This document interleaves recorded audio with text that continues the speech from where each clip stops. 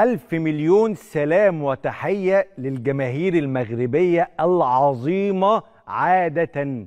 الجماهير المغربية ومساندتهم النهاردة للنادي الأهلي، إيه الجمال والحلاوة والعظمة دي؟ إحنا قاعدين بنتفرج على المباراة على الشاشة وسامعين صوتهم وسامعين تشجيعهم وسامعين حماسهم من القلب للقلب، من القلب للقلب. المغرب والمنتخب المغربي حطيناه فوق الراس في كأس العالم، وهو شرفنا ورفع راسنا للسماء في كأس العالم. اليوم الجماهير المغربية تساند الأهلي المصري بنفس الروح ونفس الحماس، ودي عادة الجماهير المغربية. كان لسه محمود يتحدث عن لقاء كان بيني وبينه في كأس العالم للأندية 2013، وشفنا بعينينا الجماهير المغربية وهي تساند النادي الأهلي. تساند النادي الأهلي مرة، وتساند فريقها في 2013 الرجاء مرة. اليوم تساند النادي الأهلي مرة، وتساند الوداد فريقها مرة أخرى في هذه البطولة. جماهير عظيمة، جماهير ذواقة، جماهير بتحبنا وإحنا بنحبهم جدا. النهاردة الاستاد مليان طبعا بالجماهير المغربية وبعض من الجماهير المصرية وجماهير النادي الأهلي، بس الاستاد مليان بالجماهير المغربية. الصوت اللي كان طالع النهارده وحضراتكم سامعينه بهتاف للنادي الأهلي ده كان الجماهير المغربية. تحية من القلب، من القلب، دائما وأبدا، دائما وأبدا. عمرهم ما خذلونا في أي بطولة أو أي حدث، عمرهم ما خذلونا الجماهير المغربية. ألف شكر من القلب والله. معنا عبر الهاتف الآن معالي السفير ياسر عثمان سفير مصر في المغرب، يطمنا على الأوضاع هناك بعد الانتصار الكبير للنادي الأهلي اليوم على أوكلاند سيتي. يا فندم صباح الخير، مشرف ومنور. صباح الخير يا فندم، ازي حضرتك؟ اهلا بيك والف مبروك عشان النادي الاهلي. الله يبارك فيك وكل الناس وانا اقول لك حاجه في الكواليس، كل الناس اللي موجوده دلوقتي في المغرب سواء جماهير او اعلاميين او حتى بعثه النادي الاهلي دائما تتحدث عن المساعده والمعاونه دائما اللي حضرتك بتقدمها. لا ده واجبنا يا فندم، واجبنا. ولكن النهارده بدون مبالغه الاهلي كان بيلعب على ملعبه وسط جمهور. الله، يعني حضرتك 60,000 مشجع كانوا بيشجعوا النادي الاهلي. عظيم. بجانب جماهير جايه من مصر، بجانب الجاليه المصريه الجميله اللي موجوده. كان يوم جميل مش بس نتيجه ولكن كمان يعني شعور ومشاعر ومحبه، ويعني بصراحه يوم رائع يعني. الله. طيب بالنسبه للمصريين اللي جم من مصر للمغرب او الجاليه المصريه اللي موجوده في المغرب، العدد تقريبا من ال60,000 ده كان حوالي قد ايه؟ لا كان في، يعني اقدر اقول لك كان في مئات من المصريين موجودين. واعتقد ان الفريق لمس كده وده اللي ادى حماسه للفريق، حاسس انه في الجماهير كلها وراه. ممتاز جدا. عمليه دخول بقى الجماهير المصريه اللي موجوده من مصر، هل في عدد اخر جاي من مصر؟ هل حضرتك عندك معلومات ان في عدد اخر من الجماهير جاي من مصر خلال المباراه القادمه للنادي الاهلي امام سياتل، ولا نفس العدد اللي وصل هو؟ لا لسه ما عنديش معلومات في الموضوع ده يا فندم، بس يعني اللي احنا بنشتغل عليه دلوقتي ان احنا نقدر نحشد الجاليه اكتر واكتر عشان الاعداد تزيد ان شاء الله في الماتش اللي جاي. هايل.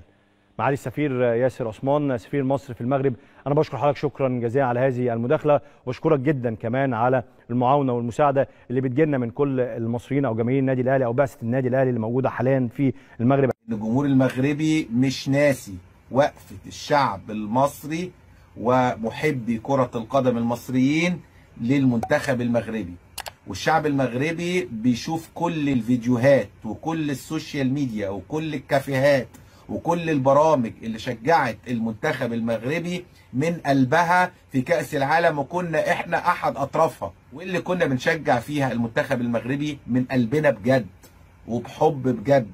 وبالتالي الجمهور المغربي ال50,000 هتلاقيهم بنسبة كبيرة جدا لا يقل عن 45,000 مشجع، غير طبعا الجمهور الاهلي اللي هيكون حاضر في هذا اللقاء او بعض الجاليات اللي موجودة اللي بتسافر عشان تحضر مباريات كأس العالم هتشجع النادي الاهلي. اعتقد الجمهور المغربي بنسبه كبيره جدا هتلاقيه بيشجع النادي الاهلي داخل الملعب، وده اللي هيسهل نوعا ما مهمه النادي الاهلي امام اوكلاند سيتي. سفير مصر في المغرب قال نفاذ تذاكر الاهلي واوكلاند سيتي. اكد ياسر عثمان السفير المصري في المغرب عن نفاذ جميع تذاكر مباراه الاهلي امام فريق اوكلاند سيتي.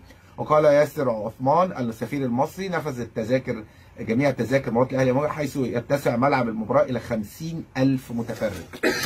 فحد هو بيسمعني كده يقول لي يعني إزاي يعني مباراة بتسع ل 50,000 متفرج بيلعب فيها الأهلي مع أوكلاند سيتي في المغرب، إزاي يعني 50,000؟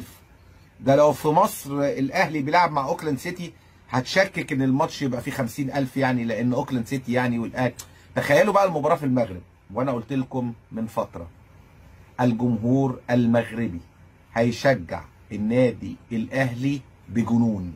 المباراة كمان هتقام في طنجة اللي قريبة جدا من الحدود الأسبانية، والفريق والشعب المغربي عامة عاشق لكرة القدم. يمكن احنا بنشوف مباريات بتلعب في كل مكان في المغرب بنلاقي الحضور الجماهيري كبير جدا جدا. ويمكن أحد أسباب نجاح الفريق الودادي أو الفريق الرجائي أو نهضة بركان في البطولات الافريقيه او قدرتهم على الفوز في المباريات الكبيره، يعني انا من وجهه نظري هزيمه النادي الاهلي في المباراه النهائيه كان احد اهم اسبابها هو الحضور الجماهيري الكبير في المباراه النهائيه. كمان حتى هزيمه الزمالك من الوداد 3-1 كان احد اهم اسباب الفوز ايضا الجمهور المغربي او الودادي اللي بيشجع بكل جنون. على فكره كمان عندهم دخلات اكثر من رائعه، عندهم تشجيع رهيب.